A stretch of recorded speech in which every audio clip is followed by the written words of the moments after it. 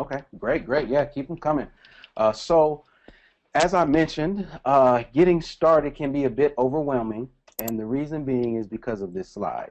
It seems that everybody has some say about who to go with, who's the best, and what you should use first.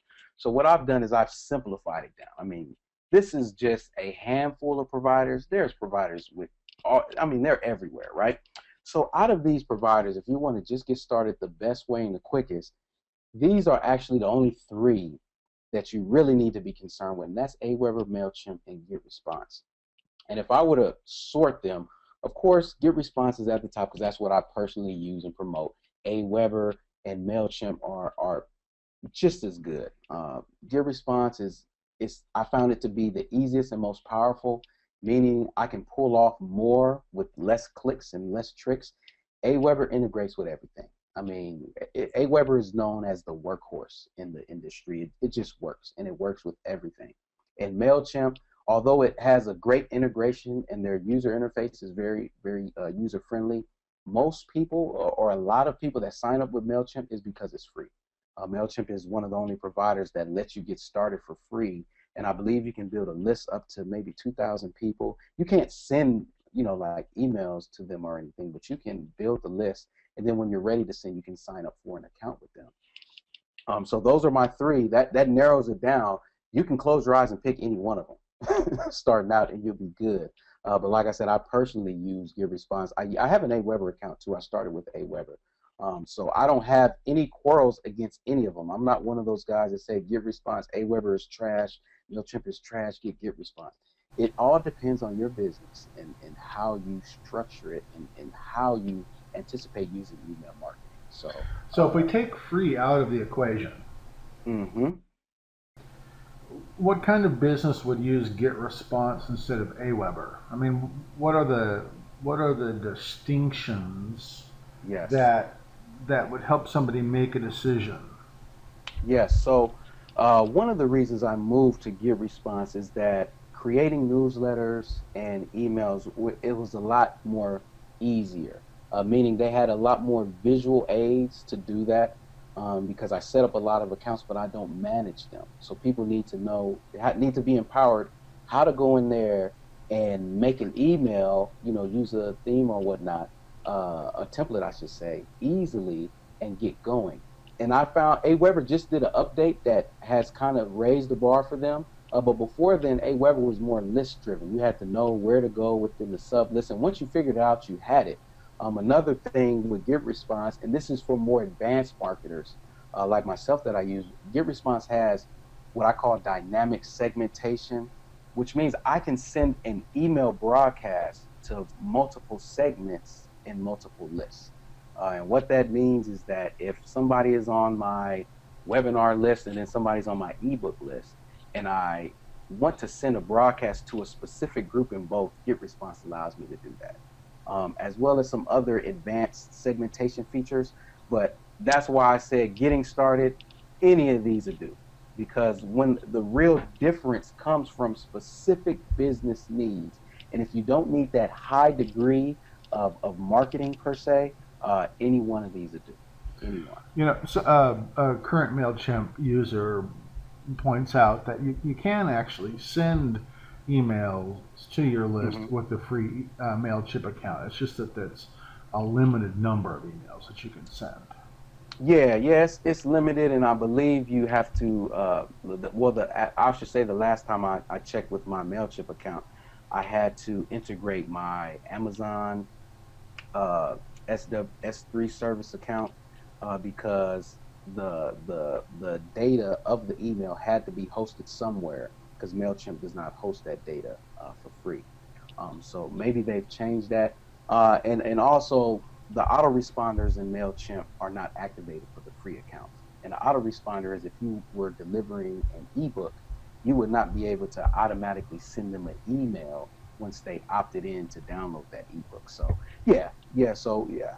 Ideally, yes, you can send out free, but the level of effort that it would take to do that, you might as well just get a paid Mailchimp account at the end of the day. I've seen free work better for people who wanted to acquire leads. And somebody else points out the complexity or the difficulty of switching between platforms.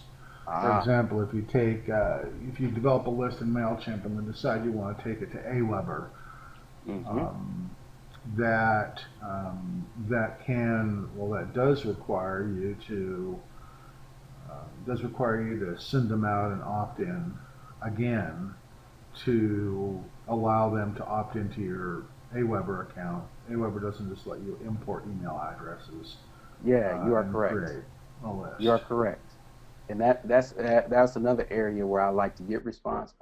Get response actually does, and that is a great point to bring up because once you do have a list in one of these providers, it is a task to move it over.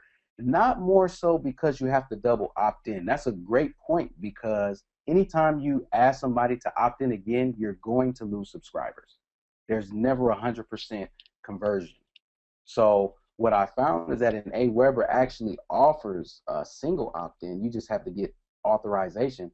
But when I moved from Aweber to GiveResponse, I saw that firsthand that okay, I was able to import the email addresses without asking them to opt in again. And since I already had good reputation in their mailbox at my email address, I didn't see any delivery rates drop. However, something that I didn't look at is that Aweber tracks how people come into your email marketing funnel, and I lost that data because it was just an after site. So everybody that had downloaded the ebook or came in through a webinar, Aweber has all of those tags associated with my contacts. So when I went to get response, I lost all those tags, and I realized that my segmentation took a hit at that. So that is a great point.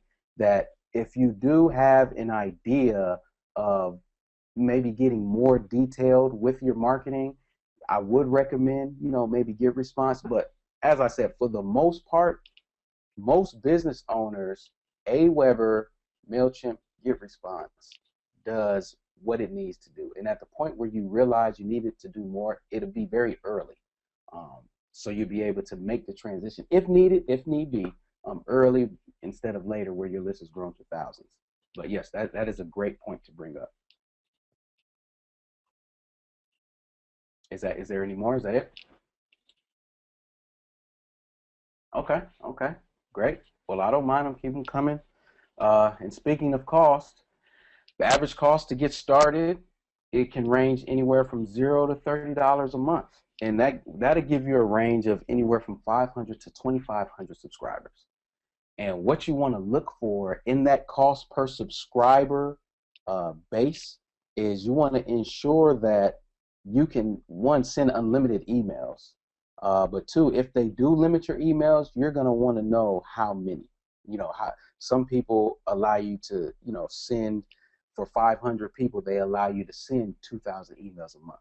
Well, that lets you know if you're going to email your list, you can only do that 4 times a month. So if you're going to do daily or bi-weekly, I mean, that's not even, daily is not even an option because you will run into the cap.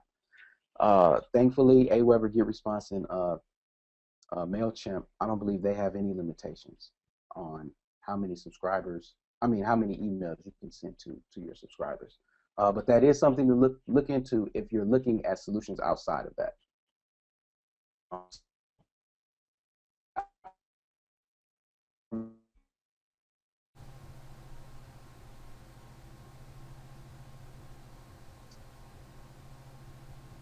Chris, we may have lost audio. Is anybody else noticing a lost audio, or is it just me? I can do a mic check. Can you guys still hear me? Let's see. Yeah, we everybody lost audio on you back there when you were summing up the costs. Okay. So right here. Yeah, at the very yeah, right. Where this was you had Okay. concluded that the three that you recommend don't have limitations, and if you're looking outside Yes. other providers, you want to take a look at that. Okay. Okay. Great. Can everybody hear me now? Is that good? Okay. Great. Perfect. So yeah. That's why I kind of summed it down to those three things to kind of take the complexity out of choosing, because I want to make it as easy as possible. And as I mentioned, there's two formats: text-based or HTML-based. Text is exactly what you see. It's short sentences split up with line space with a call to action in the form of a link. Um, HTML-based are more so like newsletters, weekly, monthly, bi-weekly newsletters that the format doesn't change, but the content changes. So this devotional HTML newsletter here, the donate box, and they have some other boxes on the side. That's always there, but the content right on the left side is the only thing that changes. This is HTML based are more used for branding purposes, and I've seen used more widely for newsletters that are not sent out frequently. Whereas text-based is more flexible, can be sent out. I've seen people send text-based newsletters out daily, weekly, whatever. So whereas the HTML is more visual with their call to actions, the text-based is, of course, the blue links. But they're more easily optimized for mobile devices as well as desktop devices. The other nice thing about text-based is that they seem more personal. One Yes. thing I've observed because that's the system that I use, and one thing I've observed is that people mistakenly believe that I actually just sent the email just to them. Right, That's because it says, beautiful. "Hey Rick, we're doing such and such tomorrow morning. Yes. You can sign up for that down here," and it looks exactly like just an ordinary personal Yeah. email. Yep. Um, and I, you know, I may have sent it out to 3,500 people, but people still look at it and consider it to be a personal communication with them just because it's exactly what it looks like. Yes. Yes. I agree wholeheartedly. I mean, I get your emails, of course, and it does have that feel. And that was the big piece of the personalization, is that it just gives you a level of depth in marketing that you really can't get anywhere else. Not in direct mail, I mean, not in AdWords. You just can't get that. Yeah. So that's why I really like the email. I really do. And getting started, some other questions that you may want to have answered in your mind is how often will you publish and the type of information you will publish. This is important because consistency is key to your success with email marketing. I see it all the time. I'll join a list and won't hear from the guy, and then like 2 months later, I'll get an email. I'm like, who was this guy? I can't even remember, why I initially got on the list. And you don't want to do that. You want to train people to see you on either daily, weekly, or monthly basis, and then let them know that every time they see you, it's going to be of value. So that's why it's important to see what kind of information will you publish, because you don't want to send an email just because you can. Don't do that. But you want to send it with an intent, a target in mind of what you want to happen, some information you want to get to them, and do that consistently. And what's wrong with somebody getting an email 2 months from now and not remembering who you are? The only thing wrong with that is that as the sender, they may unsubscribe, and it causes them what I like to call it causes them to do work. And the work is, it causes them to think again. Whereas when they're familiar with you and your brand, they get an email, the only work that they have to do is opening it, because they're used to seeing your name, and they trust your emails. When I get emails from people months later that have not established that brand recognition or that rapport with me, I'm always confused. Like, why did I opt in again? And I'll either not open the email or I'll just unsubscribe. So Well, and one other thing that happens is that people will mark stuff as spam. Right, yep. so they don't recognize the sender. They assume they're getting it because they're getting spammed, and Yes. they use their email client to mark it as spam. And if they're using an online email client like Gmail, Hmm. Google collects that information and you run the risk of being tagged as a spammer. It's Yes. Google's really good at spam detection, and Yep. and you run the risk of getting your stuff tossed into spam. So Mm-hmm. Yep. Which affects more than just that person that marked it as it spam. affects everybody who gets their Yep. email from Gmail. Yep. Exactly. So Yep. You are 100% accurate. Yep. So that, I mean, that fact is a great segue into the process. And as I said, this is an intro course. So we're taking it from the basics. There's two ways that people can join your email list, and that's single opt-in and double opt-in. For the sake of simplicity, we're just dealing with double opt-in today, because what double opt-in does is, especially for people getting started, it removes a lot of room of error.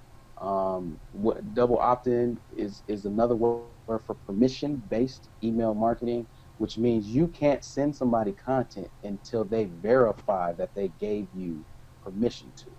And how that looks is that you'll see a web form, you fill out a web form on somebody's page, and then you'll check your email and you'll get a confirmation email. And in that email will be a link that you're supposed to click to give permission. And if you don't click that link, then that person will never, you will never receive emails from that person, because that link, clicking that link activates your account on their email list per se. And when you click that link, it takes you to a thank you page. And a lot of people use this thank you page to deliver the content that they promised on the opt-in. And what's happening in the background is, as they're visiting this thank you page and they're either downloading or getting access to a video training or something like that, there's a welcome email being sent. Now, this is your autoresponder, and this is what I was mentioning with MailChimp. That's not possible on their free account. You will not get that automatic welcome message on the free account. But this is what happens after they click that confirmation email. You send them to a thank you page. You say, hey, thank you for joining. Here's what I promised you. Click the link and it's yours. Or they play a video or something like that. And then there's a welcome email sent. And this welcome email is key because it's your first point. It's your first personal point of contact with your new prospect.